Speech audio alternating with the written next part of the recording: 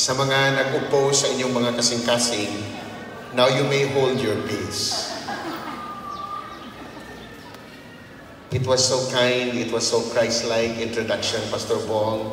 I believe in the law of reciprocating, or we call that the grace of reciprocating. Nga naman, kung inyong mahinumduman sa mga, those of you who've lived long enough, o ako maingon nga tiguwang mo, no? Kada you live long enough, the last na wali na ko din di na lang ito hisgatan ito nga panahon, no? Okay, nagdala na ba ko babae itong adili na ko, wala ko maasawa. Dito pa sa Tantrade. That was many years ago. Yeah, if my memory serves me right, mga 30 years. I think 30 years. Oh, 30 years. No? If you still remember, I think si Ate Ninette makahinumdum pa ito ni kanta mi og Unfailing Love. No? And it failed. So, yeah, ikaw si Ate Ninette. Kahinumdum ko. And this is very humbling. Salamat kaayo ninyo. Thank you, Pastor Bong and the leadership. This is so kind. This is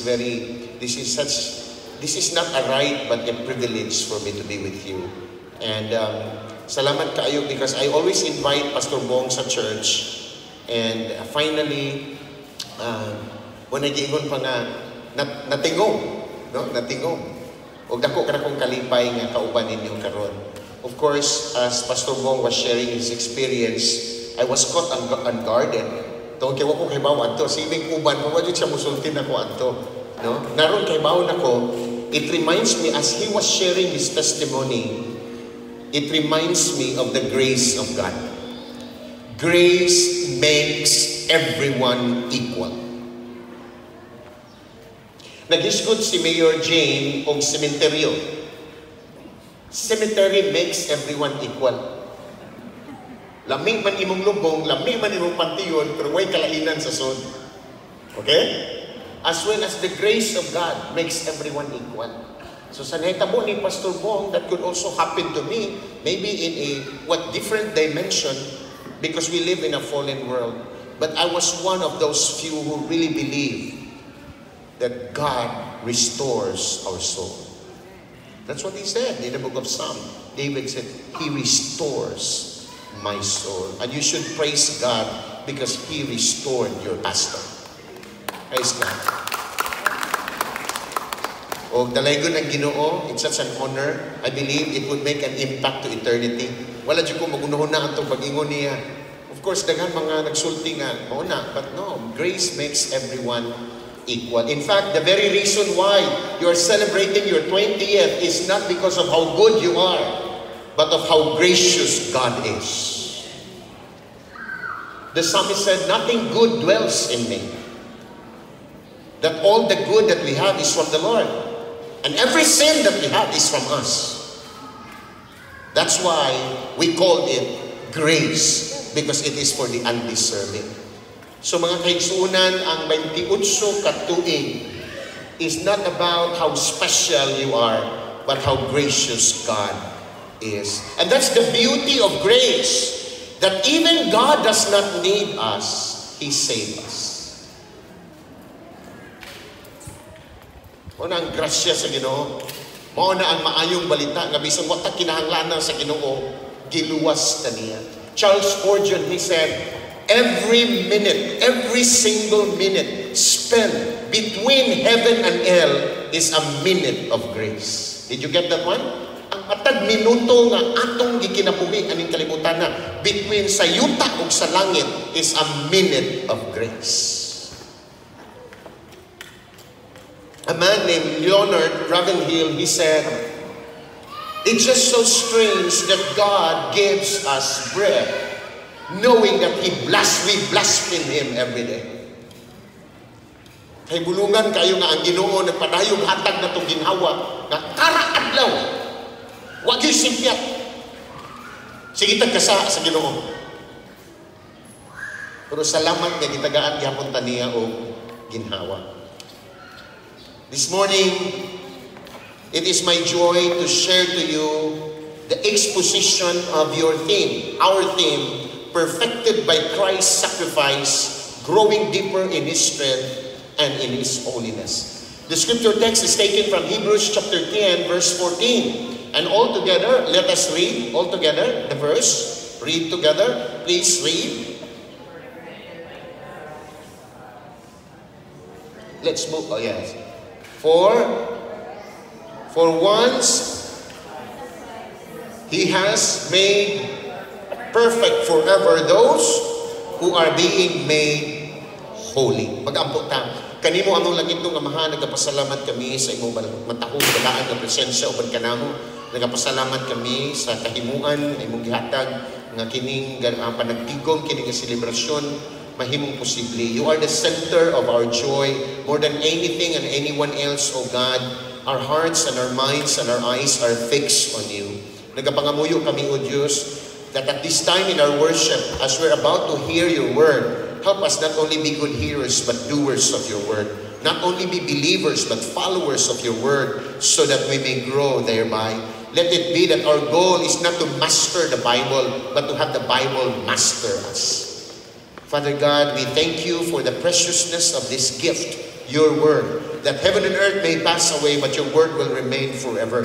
Not even the smallest dot from your word will return useless, but this will accomplish what you have purposed and what you have desired. That the Bible is useful for teaching, correcting, rebuking, and training in righteousness, so that the man of God may be thoroughly equipped. It's a light unto our feet, lamp unto our path. Your word is flawless.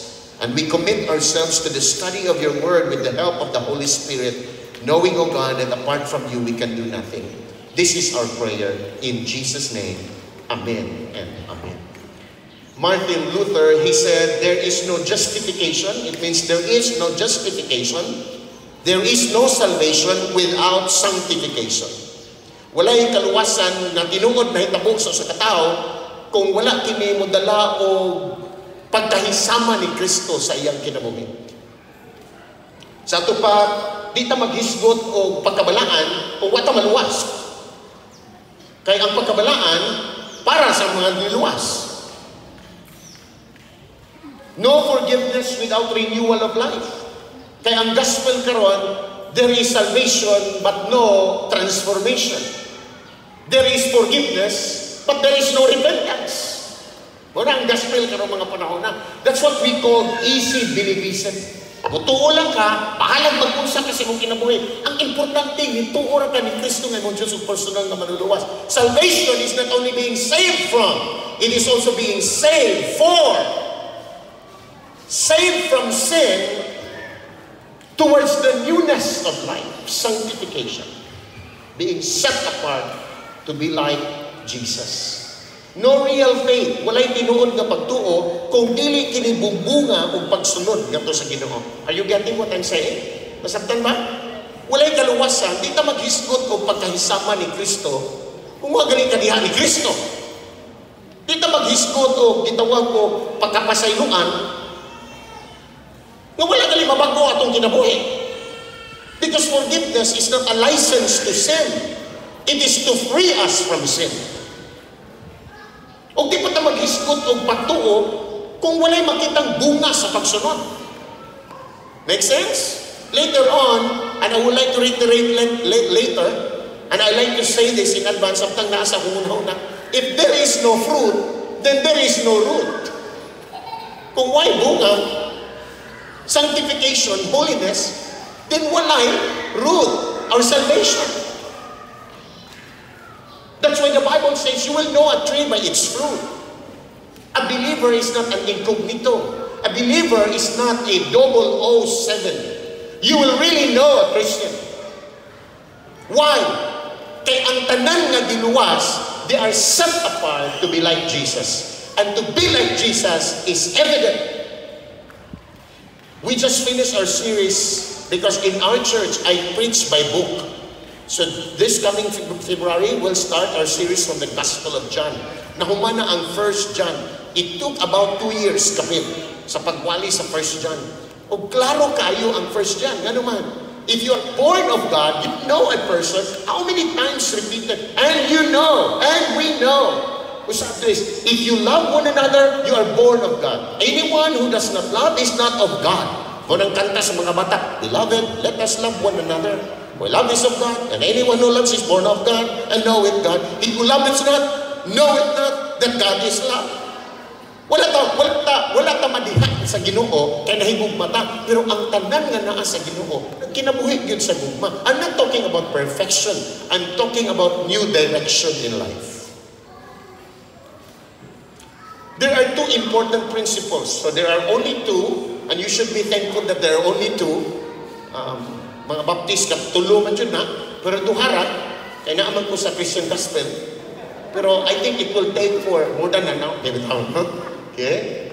Managingon pa nga, the mortal sin of preaching is to make your audience bored. Wala nga mortal sin, no? Wala dyan na, no? Okay? There are two important principles that I would like to study with you this morning. Number one, it's the positional truth. That's the positional truth. The positional truth speaks of the starting point. What's the starting point? It says here, by one offering, He has perfected for all time. In my translation, for all time, and it has been translated in your theme, forever. So naniniwala na kayo na may forever? Huh? Those who are being sanctified. Now, if you read Hebrews chapter 10, verses 1 to 18, your theme, perfected by Christ's sacrifice, can be rewords by this: total forgiveness. Hebrews 10, 1 to 18. Imo makitaan, what does it mean that one sacrifice perfected us? Unsa man nga sakripisyo? Now, when you talk about sacrifice and sacrifice being done by Christ, that speaks of the cross. Right? Dakong sakripisyo na nagibiyaan sa Ginoo ang langit sa mga para sa mga tawo way hinungdan nga sama nimo ug nako. Dakong sakripisyo na. That's why Christmas is not about how special we are. It's about how gracious God is. If you want to use the term Christmas in a more biblical way, the word is incarnation. God became flesh. And the goal of incarnation is the crucifixion. Wala ipadala sa Diyos ang iyong bugtong anak para magpakatawa, para magpakamatay. Asa mag-anak? Ikaw gusto ka mabuhi na ng kalibutan na? Ikaw kadawat na bisag 70 na ka gusto ka mabuhi. Kadawat na. Diba? But Christ was sent by the Father not only to be born, incarnation, but to die. That's why Christmas, the theology of Christmas cannot be understood only in a manger. It can fully understood with the empty cross and the empty tomb. That's why the gospel in 1 Corinthians chapter 15 verses 3 to 4, it does not start by how special we are. The gospel does not start by telling people, oh, God loves you. It starts by that Christ died for our sin. There is no special feature in sinners.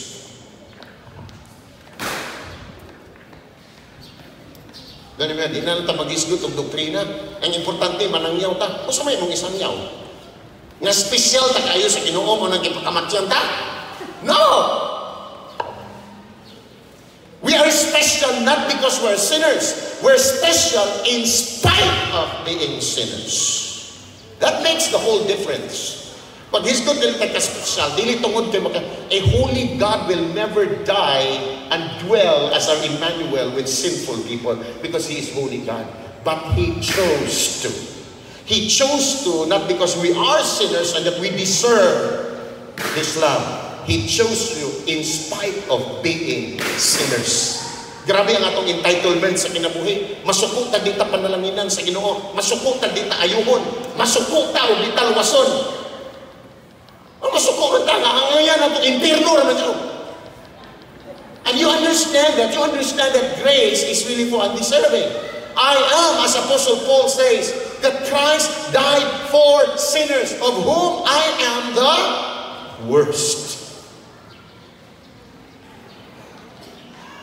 And so what do we get here? What's that to makitaan din here? Total forgiveness. Through Christ's obedience to God's will at the cross of Calvary, believers receive, unsay nadawat sa believers, what the law cannot provide. Unsa ang law? Unsa di ma-provide sa law? Total forgiveness. Kung nagtuo ta nga ang pagsunod sa balaod maka-provide og kapasayuan, the more you try to obey the law, the more you realize that you fail. Make sense? Ikaw mo tapad na kasabot magkani? Sayo pa man kayo gaduka naman ka? No? You see? That's why, ang usa ka tao, dili sa maluwas, pinaaging pagsunod sa balaod. Di sa maluwas, pinaaging pagkabutan. What? Because we don't have any righteousness on our own. God, through His Son, did not come to give us righteousness. He came because He is our righteousness. He did not come only to give us life. He came as our life, the only way, the truth, and the life, and that no one comes to the Father except through Him. So what are we trying to understand here? Walay kapasayuan gikan sa pagsunod sa balaod. Kay ang balaod gihatag dili aron maluwas ang tao. Gihatag aron ang tao makahibaw nga di sa maluwas. Kay napakyas siya. Sama og samin, na namin ba karong buntag? Naibong ko yung anak kagagwapaha, wa ka man namin. Naibong ka unsang samin, ang samin, ang tuyo sa samin, para makakita ka na naihugaw sa unaw. Correct? Pero di man ka manghilampo sa samin. May naihugaw, imong imudmod, imong naong sa samin, karon nahinglo mo. No, adto ka sa gripo, karon nahingluan tong gisulti sa samin nga naihugaw sa unaw. Nasatnan, maupod na to. The law tells us that we fall short and that we could not save ourselves. The bad news is not that we sin. The bad news is that we cannot save ourselves from our sin. Apart from the perfect sacrifice of Christ for our salvation unto holiness. Nakasabot ko ang mga baptist di na hingamin nun. Amen. Ang uban ko, di nakakadungog sa imong wali kay salutan ko kang puro amen. Problema kayo ng mag-ampo, kaya ng kauban. Mag-ampo. Sino sa lang, yes, Lord, amen. Di ba, brado? Maminaw sa lakas ng pag-ampo. Kaya mura di naman madungog. Kaya sige, yes, Lord. Di ba?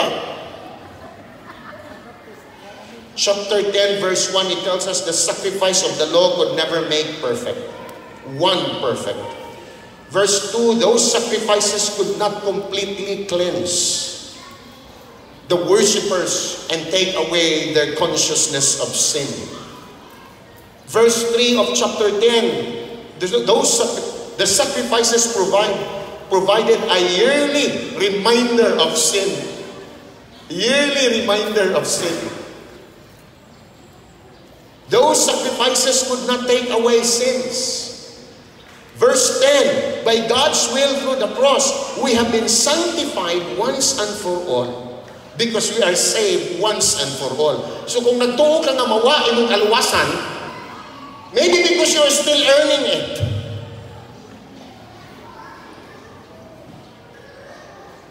Ba din nagtuo nga mawa imong kaluwasan? If you believe that salvation belongs to the Lord, who are you to unsave yourself? And verse 14, it tells, by one offering has perfected. Verse 11 tells us, diba mo, mubasa mo sa inyong Bible, mubasa mo sa verse 11, it speaks about those priests. It's a mga priests. They offer what? Sacrifices daily. Daily. But no avail. Ingon ang pulong sa Ginoo, gihulagway kining inyong team. There is a comparison between one sacrifice and the sacrifice of the priest. He stood daily to what you call overtime, time and again. Gatuo siya nga iyang sakripisyo. Ug unsa na nga sakripisyo, kanang ilang sakripisyo karon. Susama ana. Ug unsa man nga sakripisyo, gatuo sila nga ang ilang gibuhat nga sakripisyo maoy makapasaylo sa ilang sala. You know, forgiveness is not what we do for the Lord. Forgiveness is what God has done for us.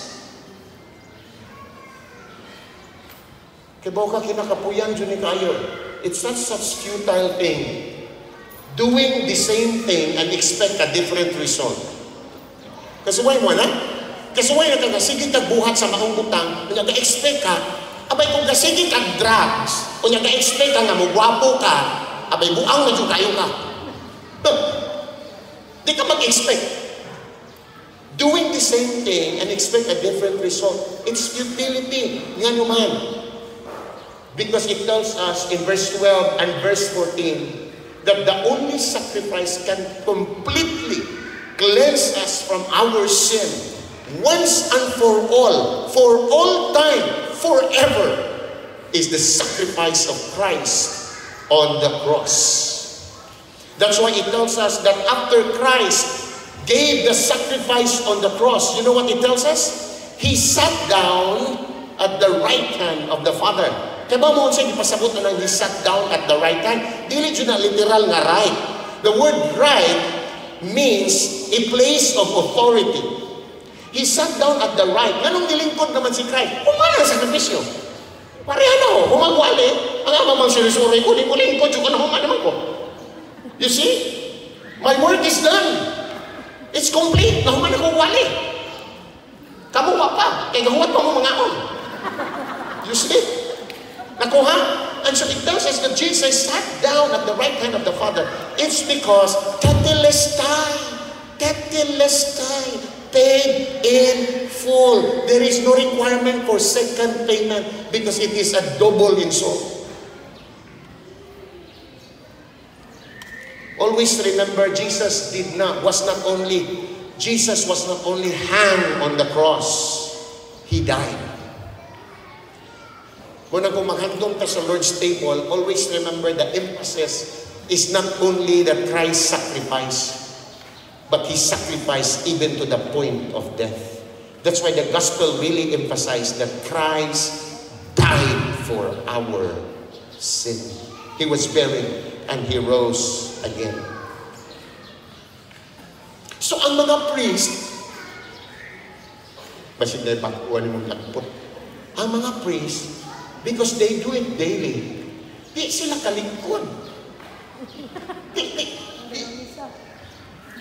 You have to believe me. I want you to believe with me. Why? Wa man kagatuon na ni katuon mong kuan eh. Lain po kayo nga magsigitan pangurit sa pastor, wa kagatuon.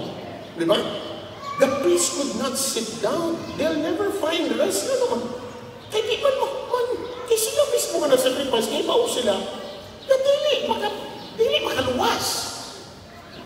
But si Christ, when He offered the sacrifice, He sat down at the right hand of the Father and He said, you planned for their salvation, I purchased their salvation, and the Holy Spirit made them alive so that they could respond to that gift of salvation.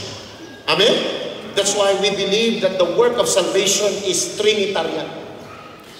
God the Father planned our salvation. Christ purchased our salvation on the cross. And the Holy Spirit quickened our dead souls so that we'll believe in Him and repent from our sin and entrust our lives to Him as our personal Lord and Savior. That's why when Christ finished the sacrifice, He was exalted high, the name above all names. Napriso na ron.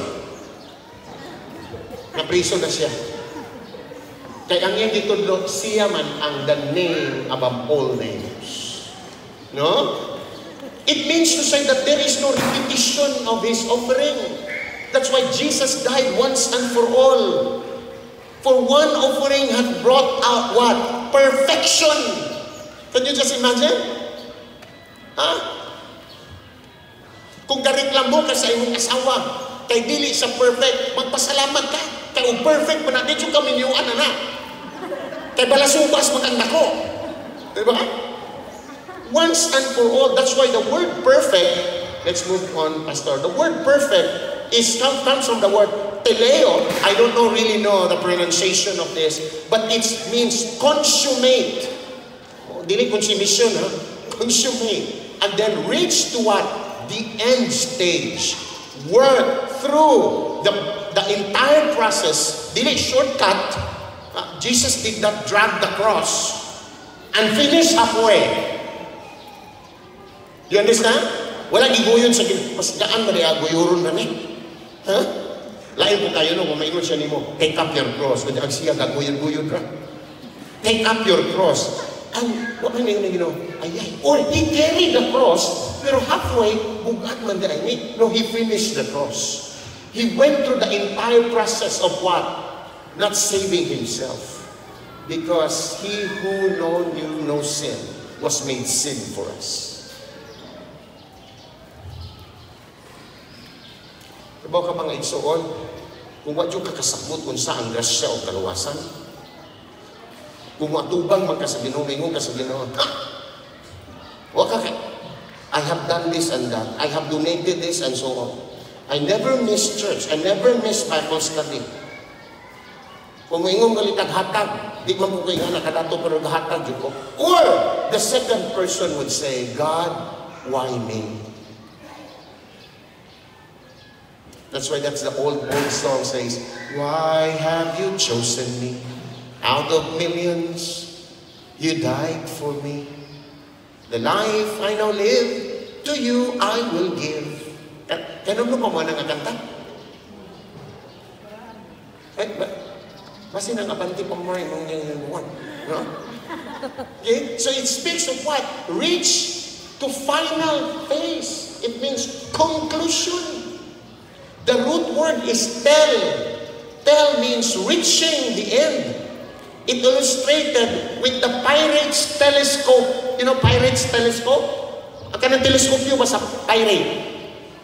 O telescope, di ba? Dili microscope. Microscope is to inspect the smallest insect.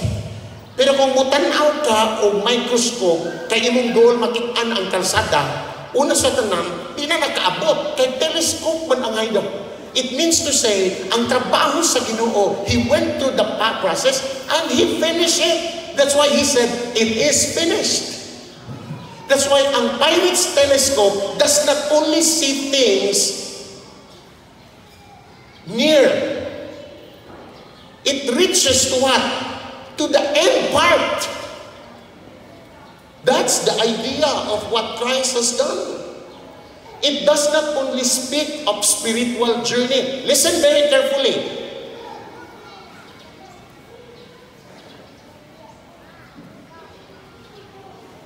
You need to listen to God's word. Because if you're not listening to God's word, I assume that you memorize the whole Bible. Listen to God's word here. It does not only speak of our spiritual journey, but it speaks of our what? Final destination. The sacrifice of Christ once and for all does not only speak about the Christian's journey, 28 years. It speaks of your final destination. What's that final destination? You don't only speak of heaven. The final destination of Christ's sacrifice, listen, is Christ-likeness. Amen?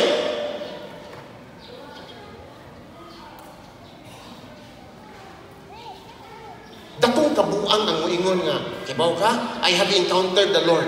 Pero maura niya po ni mong kinabuhi. You know, this is a universe.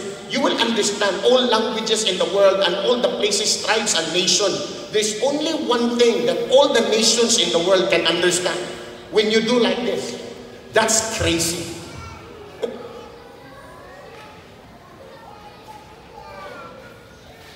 And it says all time. God does not only determine the process, but He also determines the outcome.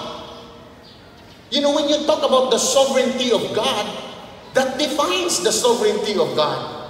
The sovereignty of God in our salvation, that He does not only determine the process, the journey, He determines the outcome.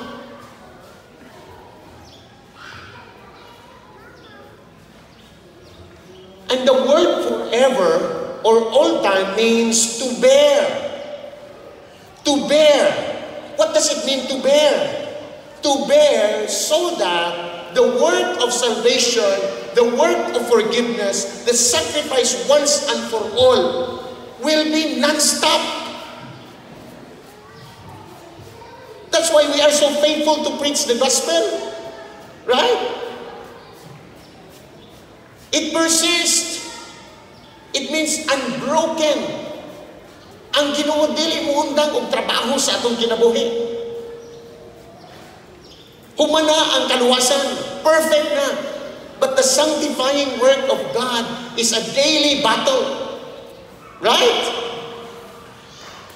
And we have the perpetual help and aid, unbroken, non-stop help of God through the Holy Spirit.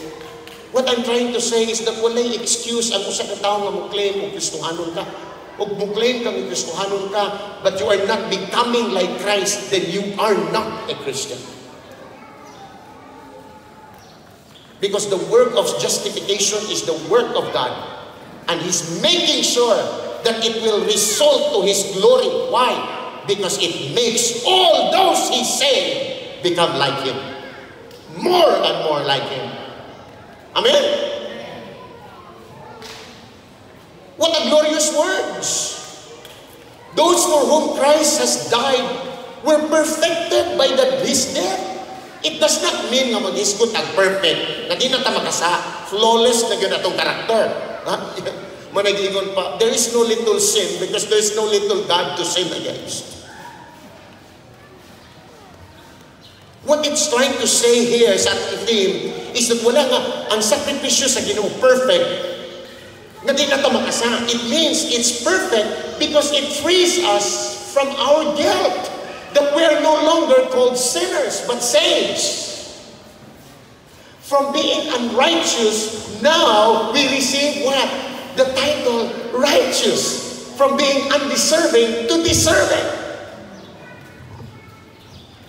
To be set apart, to be saved, to be chosen, to be sanctified, to be glorified, does not rest, does not depend on the recipients. It depends upon the decision of the giver. Sakto? Asa magkakita o magkasasala na may magbuot sa judge? Korte ni, ako'y judge. Ako'y convicted. Si Pastor Bong mo'y judge. Moingon siya na ko, napapatunayan sa hukumang ito ay ikaw nakasala sa salang pagpatay at pagmugahasa. Akaw ay hinatulan, excuse me judge, o hindi ako mupili kung saan ko mo? No! You get the idea? That's why I believe that you believe that faith is not from the will of man. It is a gift of God. If faith comes from the will of man, then I tell you friends, why is that you cannot will to stop sinning? Kung ang pagtuog gikan pa sa tao, nga rin magkakaundang kasa, will na po ka, di na ko mamanikas, di na ko mapungot. There's only one thing our will lead us, that will lead us to sin. That's why we are not saved by free will, we're saved by free grace that enables us to will God. It is His will that enables us to will Him. It's all by His grace.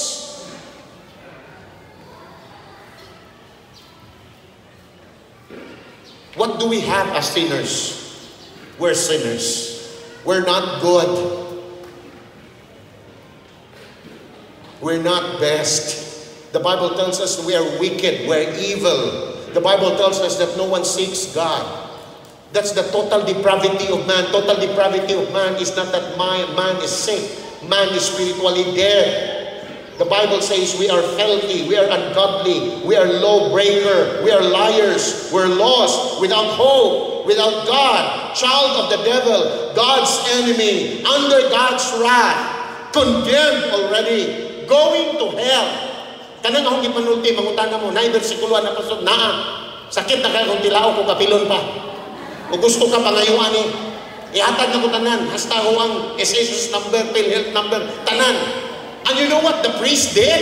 Kaya mo sa priest, kaya mo sa gibuhat nila, kinahanglan ka mo halad, kinahanglan ka mo ato sa simbahan, kinahanglan ka og maayong buhat, kinahanglan ka mabunyagan, kinahanglan ka nga unsa man mag-attend ka nunay sa church attendance, kinahanglan ka mo hatag, kinahanglan ka mo tabang sa mga kabus, kinahanglan ka mo sunod sa mga sugo, kinahanglan ka mag-rosaryo, kinahanglan ka mo communion, kinahanglan ka mo honor sa mga ginikanan, kinahanglan ka, kebaw ka, wa sila'y pahuway, di sila kalingkod. Kung saan na lang paglingkod, na kasi sila mismo kaibaw na sila, wakot sila katuman, Ang pait, kay usado yung kinahanglan mo sakripisyo, siya. Muna kinaluyan siya, kaya wala naman yung sakripisyo para niya. You see? But to Christians, Christ once and for all came and gave the sacrifice. Amen?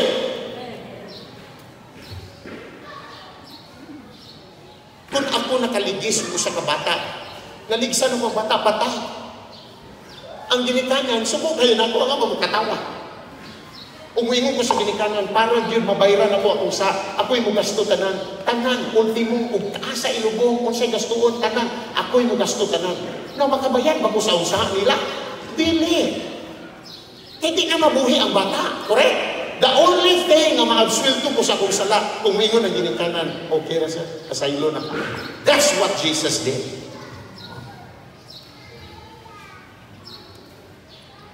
That's why eternal life is not what we give. Salvation is not man giving his life to God. Salvation is God giving his life to us. That he gave his one and only Son. And how did he do it? By grace alone, through faith alone, in Christ alone, according to the Bible alone, for the glory of God alone. Ayaw ni ikasupok, pasalamatin ni. What makes Christianity, what makes Christian gospel different from all religion in the world? It's because this church believe that salvation is accomplished only by divine work. The rest, human achievement. And here's the word sanctify or sanctified. The word is hagayazo, from the word hagios, which means holy. To regard as special, sacred, holy, set apart. So sinners don't make themselves holy. Sinners don't set apart themselves. Make sense? Ang magkasasala, hindi sila pumili, nila ako. Ako'y magbalangan, Lord. Kung sa itong sanctification, Lord, set apart. Kasi busy ka, ako na lang kung set apart na ko. Simba ko kanunay, ampo ko kanunay, offering ko kanunay. Nga itong Sunday, nang labawan ka.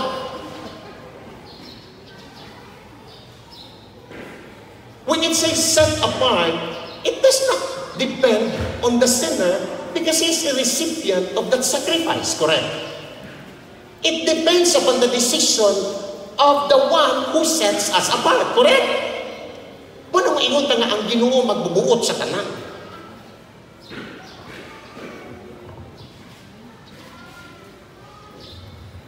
The purpose of setting apart, sanctification is here.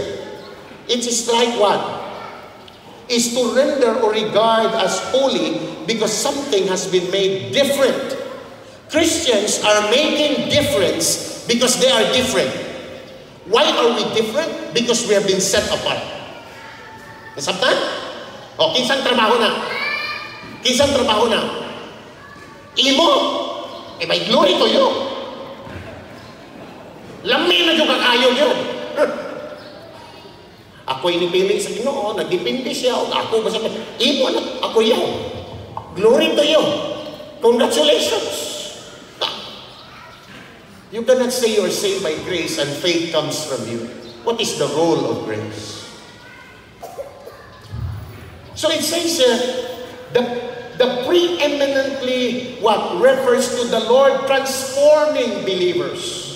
By the faith, the goal of preaching is not only to inspire, but to transform. Katong kang Jane kanina, inspiration to. Okay? For what purpose? So that we are unlike sin. It does not say, so that we will not like sin, but we are unlike sin. It means to say, dili ta pareha sa sala. Nasabtan? That's our nature. Kung dili ta parehas sa sala, di pareha ta sa Ginoo. Right? Listen, if you hate sin, you become more and more like Christ. Right? Sakto ba? And if you don't hate sin, I wonder if you're a Christian. You know why you hate sin? I'm not saying you cannot sin. But I'm saying why we hate sin. Why? It's because it is contrary to our new nature. Correct? If any man is in Christ, is a new creation. You have a new nature in you. Kung saan man ang nature? Ang imong nature so ano? Ito, nakasakit ako pero sila di ay. Ako ba di ay?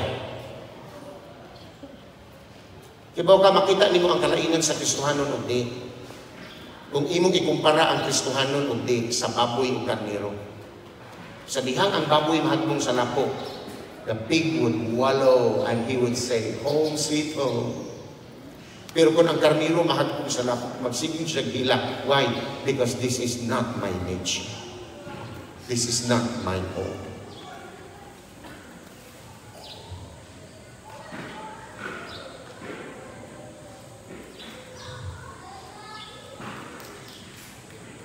Last Sunday, I'm on leave, by the way. Last Sunday, it was our Thanksgiving, and I shared a message from Ephesians chapter 1, verse 4. Chosen by God in Christ before the foundation of this world to the praise of His glory.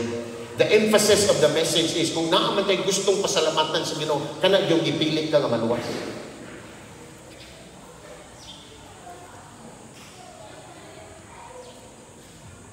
Mga nato mga kandidato, mangumpanya to sila, kaya di man sila kapili nila ra para madaog. Kinahanglan man sila pilion. And the Bible says, and question is, unsa man na tinuod ba na? No, that's not the question. The question is, does the Bible teach about election?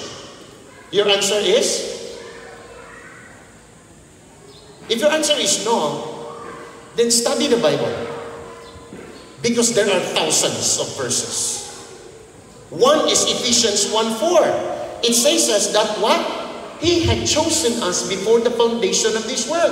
The timing of His choosing before the foundation of this world. The location of His choosing in Christ. And the goal of His choosing is what? To be made holy and blameless. There you go. Unsay katuyuan sa pagluwas o pagpili sa Ginoo nato? The purpose of choosing, God choosing us, is sanctification. It promotes and demands holiness. That God has chosen us, and He has not chosen us to remain sinners. Nadunggan wala. Wala kang pili para magpabiling makasasala. Always remember this, He did not save us in our sin. He saved us from our sin.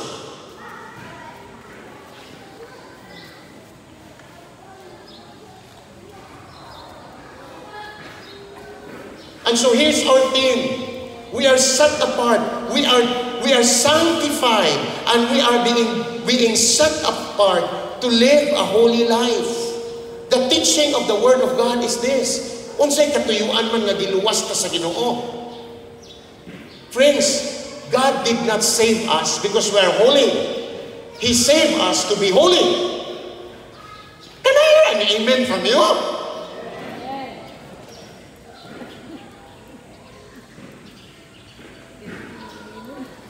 We are not blessed by God because we are holy. We have none. We are blessed by God to be holy. We are not saved because we have pursued holiness. We are saved to pursue holiness.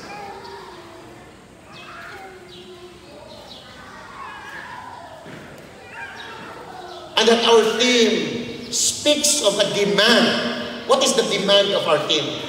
That since God offered that sacrifice once and for all, forever in Christ, then what is the call of this? What is it to us? Then we are also called to live a holy life. The word one. You see that verse in your verse? timbers? One. It comes from the word Mia. M-I-A. Mia. It means only one. Only one. Pangutanong ito, anong usar man yung dalan paingon sa langit? That's not the question. Ang question, maayo galing ka na yung usah. Huwag man galing dyan punta. When Jesus said, I am the only way, the truth, and the life, it means the exception of all other ways. And what is the basis of God choosing us for salvation? What was His basis? The Bible says in Ephesians chapter 1 verse 5, on the pleasure of His will. It means to say, the pleasure based upon the moral goodness of God, the moral holiness of God. That's why those He saved them according to the pleasure of His will. Sa ato pa, God, you will not see God sitting on a corner and then siya. Pero di yun nung takumangay ang inaw nga maluwas. Di yun nung takuan niya. Pero kung saan naman, anong imo magpuding ipagkamatyan, anak? Ingon mong takanaw na ayaw ni Abila. Nga na may ang plano sa Ginoo. Ha? Ang evangelism ni mo, maingon ka sa mga tao, ang imong evangelism, mauni, ang Ginoo, nagsigit panuktok, ang tanan mo dyan eh. Because we're slave to sin. Tanan man dyan eh. Di man dyan ka sa Ginoo. And then you will see Jesus in the corner, scratching his head and said, patay wag yung usarong adlawa. Paeta. Grasya naman ang tao. Ano nga man yun ang tao mo pili, ano eh?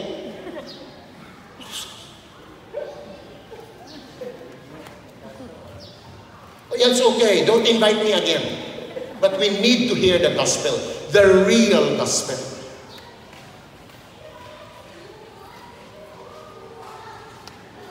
So what was the basis of God choosing us for salvation? It is according to His will, the pleasure of His will. What is the pleasure of the will of God? His moral excellence. Therefore, ang tanan na giluwas, nakaangkon sa moral excellence sa Ginoo. Amen? Christians can sin, but they are never happy in sin. Because we have the moral nature of God. And that will be completed when we'll be with Him. That is the glorification time. Huh? So God has forgiven all our sins to Christ's sacrifice. And He has imputed what? Christ's perfect righteousness to us. This sacrifice, di ba mo unsan? This is what we call double imputation. No? Paminaw mo sa wali, before ka na mga pagsupak sa imong unahuna, paminaw. Paminaw, kung di ka maminaw, di ka kasabot. Maminaw kung mo niya. Now, you see this verse here. Move to that slide. For He made what? Him who knew no sin. Who made Him? God made His Son to be sin for us. So that, we become the righteousness of God. That is what you call double imputation. Double imputation is not that only God forgives Pastor Bong. The double imputation is God took his sin and God gave him the righteousness of Christ. Great exchange. Divine exchange. Kanang a picture, Pastor Paleho. Kanang a picture. That's the picture. Imo na ng problema kung di ka kaklaro. You see? That's the picture. It's a great exchange. Huh? Mo nang giingon pa. That's double. The great exchange, divine exchange, double imputation. Why it's double? Because when Jesus saved us, when He died for us, He gave us His righteousness. Not only that He gave us His righteousness. Sabaw ka, kung gitagaan lang ta sa iyong pagkamatarol, pero wa atong sala. Maurang hapon ta. Ang kung gitagaan na ta siya pagkamatarong, pero wa atong sala. Ang pagkamatarong o sala, nag-ubay. Nasabtan? Nag-ubay. And sin and righteousness can never be in one place. Whether you are a child of God or a child of the devil. You see? So kay ba mo mga igsuon, How perfect is that perfect sacrifice? It is so perfect that when He saved us, though He had no sin but made sin for us, He did not only give us His righteousness, but He took our sin in exchange for His righteousness, so that no one can boast. Did you hear me? So that no one can boast.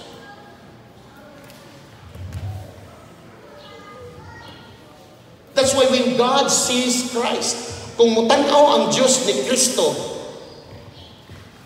He sees our sin. But when God looks at us, He sees Christ. Amen? Kung mutanaw ang amahan sa anak, nakita niya ang atong mga sala. Kung mutanaw si God na to, nakita niya yung anak. Pag hindi ka maangay anak. That's why on the cross, He bore what was mine so that I can carry what was His. He bore my sin so that I can have the righteousness of God.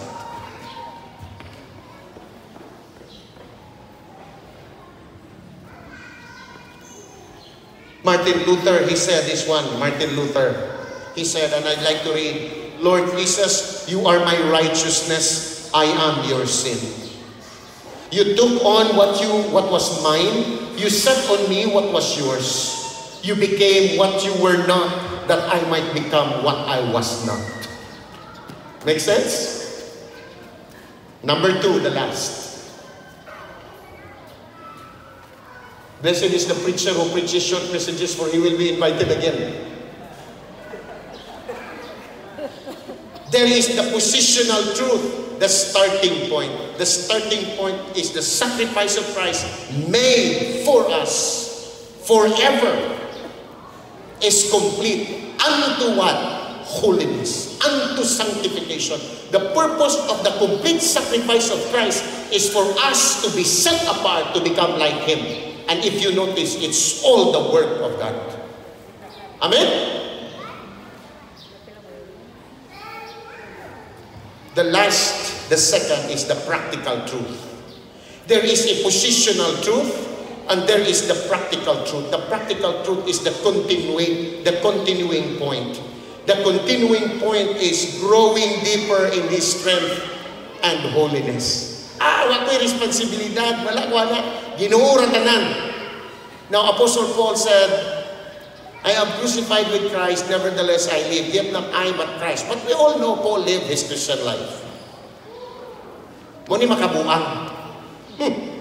That Christ lives in me, but also we live the Christian life. Ayaw na i-cross. Magkuyog na doon na silang duha. Ang prinsipyo is walay Kristohanon na makakinabuhin sa Kristohanong kinabuhi. Christianity is not only difficult, it is impossible without God. The Bible says in John 15 verse 5, I am the vine, you are the branches, remain in me and I in you, and you will bear much fruit. For without me you can do nothing. What do we have without God? Nothing! So don't say that you are saved because of something from you.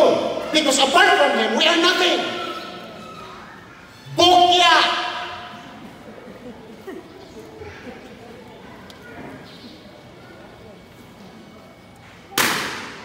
Never present the gospel that a man is saved by making a decision. Ganun naluwas mo ka, kanihimo kong desisyon. Asa makakita sa versikulo sa Bible na ang tao naluwas tungkol sa desisyon? What is clear in the Bible is that he is saved by grace. That enables him to decide for the Lord. Amen. O, kamo ka mo amin, natakpo dyan ka kayo problema ang kinabuhi. Wapa kayo bugas, problema pa dyan ka ani. So, dili ta maghisgot o pagpadayon kung walay nasugdan. Unsay gisugdan sa Ginoo, ang pagluwas na itong gikan sa atong mga kasalanan. O ang mga niluwas, nagapadayon sa pagkinabuhing malaan. Amen? Do you see the connection now? How many of you really understood your theme before this time? Wala. Ano ka? What's that itong theme? Gali ka kahibaw. Pipila ninyo ni abot pa dito sa dao, imbes ari, nakalimot ng alhili. Wa ko moingon ikaw, pero ikaw, o di ikaw. We are not only saved from, but we are also being saved from and into. You see, Peter said, we are saved from darkness into marvelous light. Listen very carefully. The gospel is not only to be believed, it is a life to be lived. Ang maayong balita, dili tuhuan ra, kundi ang maayong balita, ikinabuhi. The word in, you see the in? In? You see the in your theme verse? In? It means to say that living the Christian life does not depend upon the power of the Christian. It depends upon in the power of God. Amen. When you say, the spirit is willing, but the body is weak, oh, that's not an inspiration. That's a warning. That's not an excuse. Ngano mang biuhat mag-adto, ngano naman ka gawas imong asawa, ngano nga ngadto man ka unsaon man willing ang espiritu, huyang man ang lawas. Don't make it as an excuse. That's a warning. No man. We have God, we have Jesus, we have the Spirit.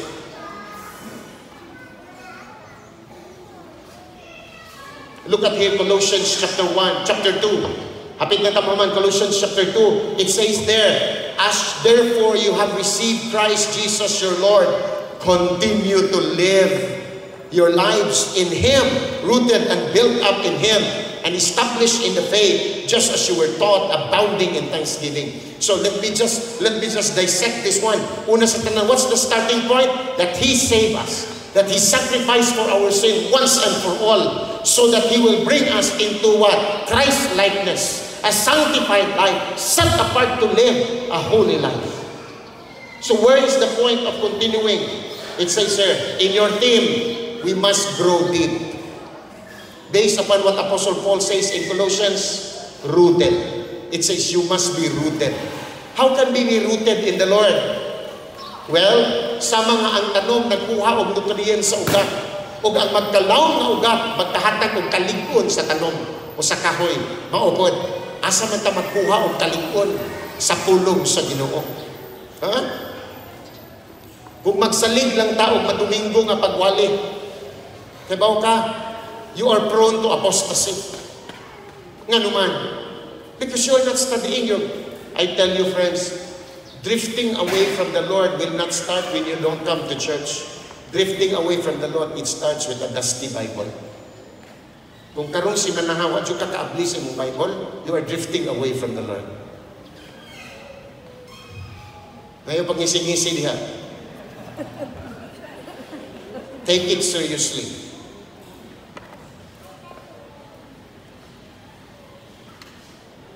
Kisagaran na to, gusto kang kadasig. Spiritual vitality, ganahan ka itong madasig. Permitting ko kayo, manang madasig ko. Kinsa may giingon nga ang tanang buluhat doon sa church para nimo? It is not to satisfy us, it is to glorify God. Worship is not to satisfy ourselves. Worship is to glorify God. Una si President Duterte ingon, naniniwala ka ba na successful ang drug campaign mo? Naniniwala, ma'am. I'm not satisfied. I'm not here to satisfy you.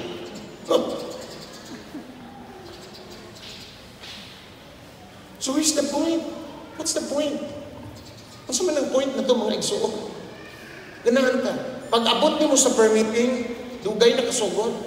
Ang gisgutan, puro na problema. Permitting is 7 to 8 p.m. Alas 8:30 na lang mo pag-ampo. Lain ka din na pumatang. Nana naman na yun.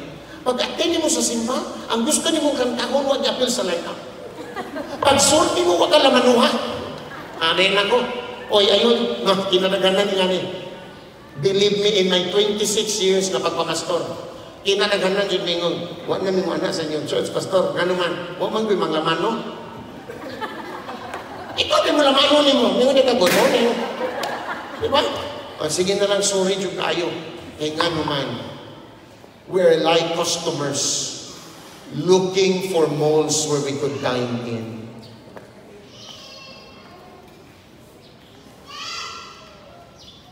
The church is not a mall.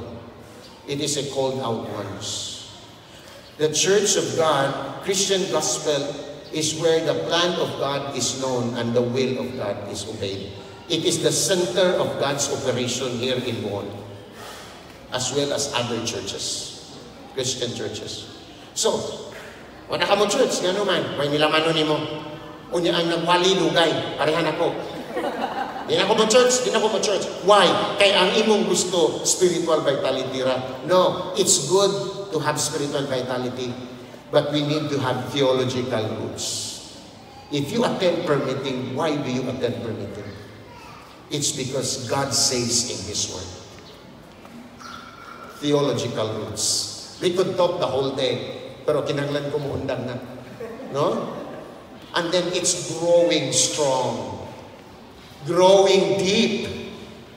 Theological roots. Growing strong. Strengthened in the faith.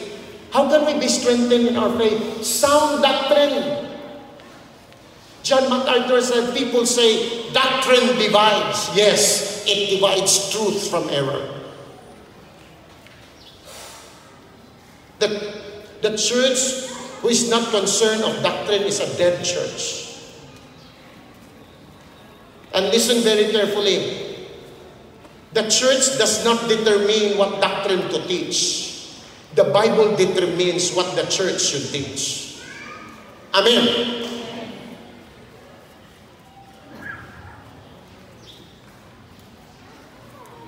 I'm on video. Nga naman, it doesn't matter, people, it doesn't matter what I believe, as long as I live right. The second class of people, it doesn't matter what I believe, as long as I believe. Ang iyang paboritong kanta, I believe in every rain that fall, the flowers grow. No. Ang usa ka tao, dilig sa payanon sa akong tuhuan. Basta kay sakto ako magkinabuhi. Ang usa, dinig sa payanon sa iyong tuwan. Basta kay nito ko. Abay kung sige kang inom o tambal para sa imuhang arthritis, pero ang imo na yung sakit almoranas, you are sincere, but you are sincerely wrong. Right? The issue is not about sincerity. The issue is the truth. And when you speak of the truth, it speaks of one thing, Jesus Christ, who is the only truth. It matters what we believe because it greatly affects how we live. And if you say you believe in the Lord Jesus Christ, you will become what you believe. Amen. Di yun pwede nga magtuo ka sa Ginoo niya nagkadimonyo ng imong kinabuhi. And that cannot be. Always remember from A.W. Tozer, the devil is a great theologian but a devil still.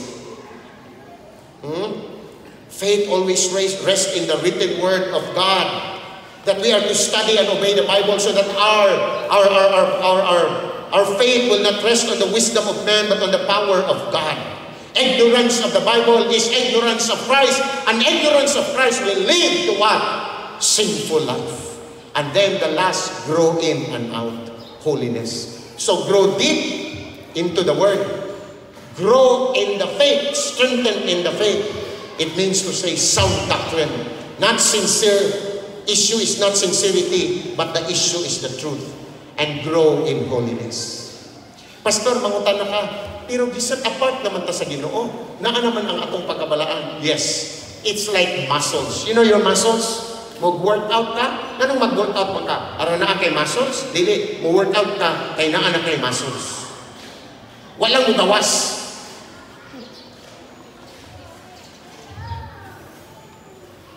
Holiness is not the way to God.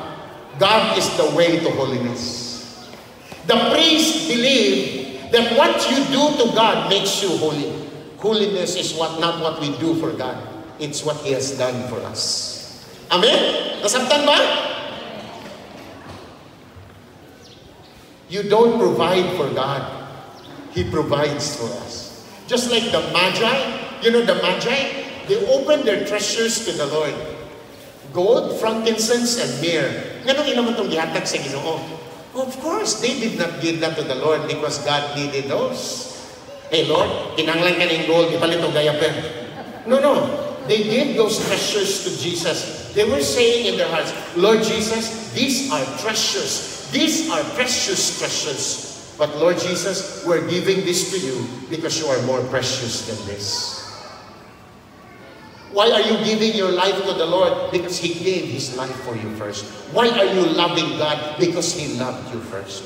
Why are you serving Him? Because He served you first. You see, man is never the initiator. Man is a repeater. So that soli Deo be Him alone. Amen? Praise God. Dalahin ko na, Ginoo. We are not yet the people God wants us to be, but we are no longer the Christian gospel we used to be. Amen? For 28 years. We're not talking about direct perfection. It's the new direction and progression as believers. Listen very carefully as I about to end. Friends, brothers and sisters, don't make holiness an accidental thing to you. It must be your highest pursuit in life. So the question, where does Christianity end? Asa man mahuman ang Christianity? Sa sementeryo? No. It ends in Christ-likeness. That's why those He justified, He sanctified, He set apart for a holy life. And holy life is becoming like Jesus. So truths to ponder. Truths to ponder. Skip that one. Nakoy gilaktawan. And then we'll end. Sige pa. Truths to ponder. Number one, the question is not, have you been forgiven? That's not the question. The question is, have you repented from your sin?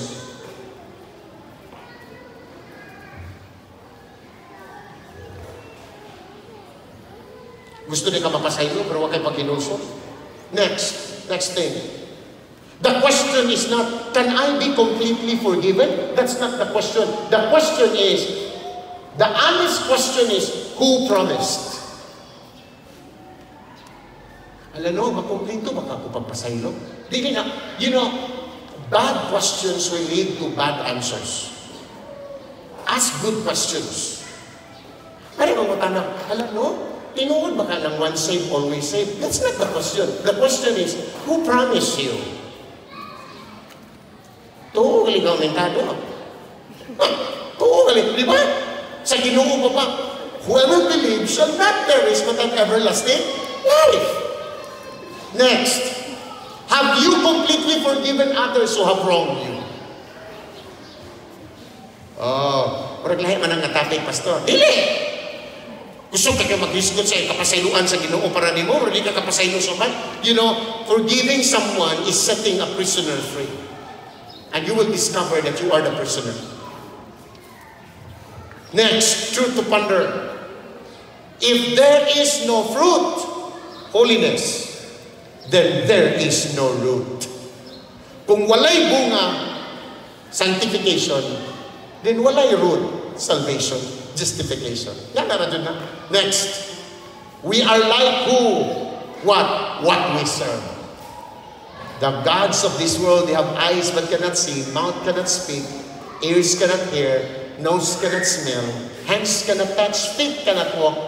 O, lamin na paminawon, bitaw, Diyos, mana. And those who worship them will become like them. Next frame. As finite people serving an infinite God. Can you just imagine? Who am I, a finite man, serving an infinite God? For a worm to become man, bulahan kayo ang od nga nahimong tao. Pero kung ang tao mahimong od, pagkatimanas. Kita, kinsa man ta mo alagad sa usa ka infinite nga Ginoo.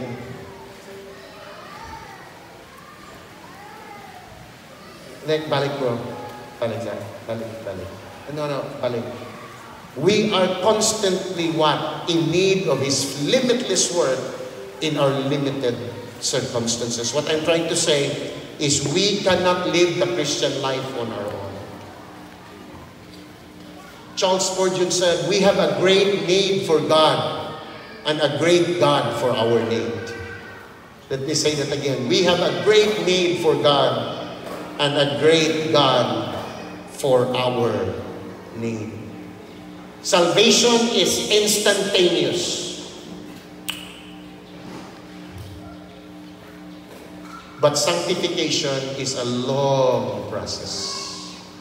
It takes a lifetime to become more and more like Jesus. And finally, let me ask you this question. If you are accused of being a Christian, will there be enough evidences to convict you? Did you hear that? Kung akusahan ka, Kristohanon ka? Di ba Kristohanon ka no? Naabay sufficienting ebidensya nga makakonvict nimo nga Kristohanon siya ka. If not, take alarm. If you don't have passion for worship, if you don't have passion for the things God desires, take alarm. It might be an indication sa gitawag, guni-guni, haka-haka. Akala mo lang. Take it seriously. That Christ sacrificed for my sin once and for all unto holy life, because I cannot provide myself for that. And since God provided me the kind of forgiveness and new life, then I am living my new life in the power of His might. Because Christianity is not only difficult, it is impossible without God. I pray for more 28 years of walking with the Lord. 28 more years. This is hypothetical. 28 more years of becoming more and more like Jesus. It is the greatest advertisement this church can give to the world.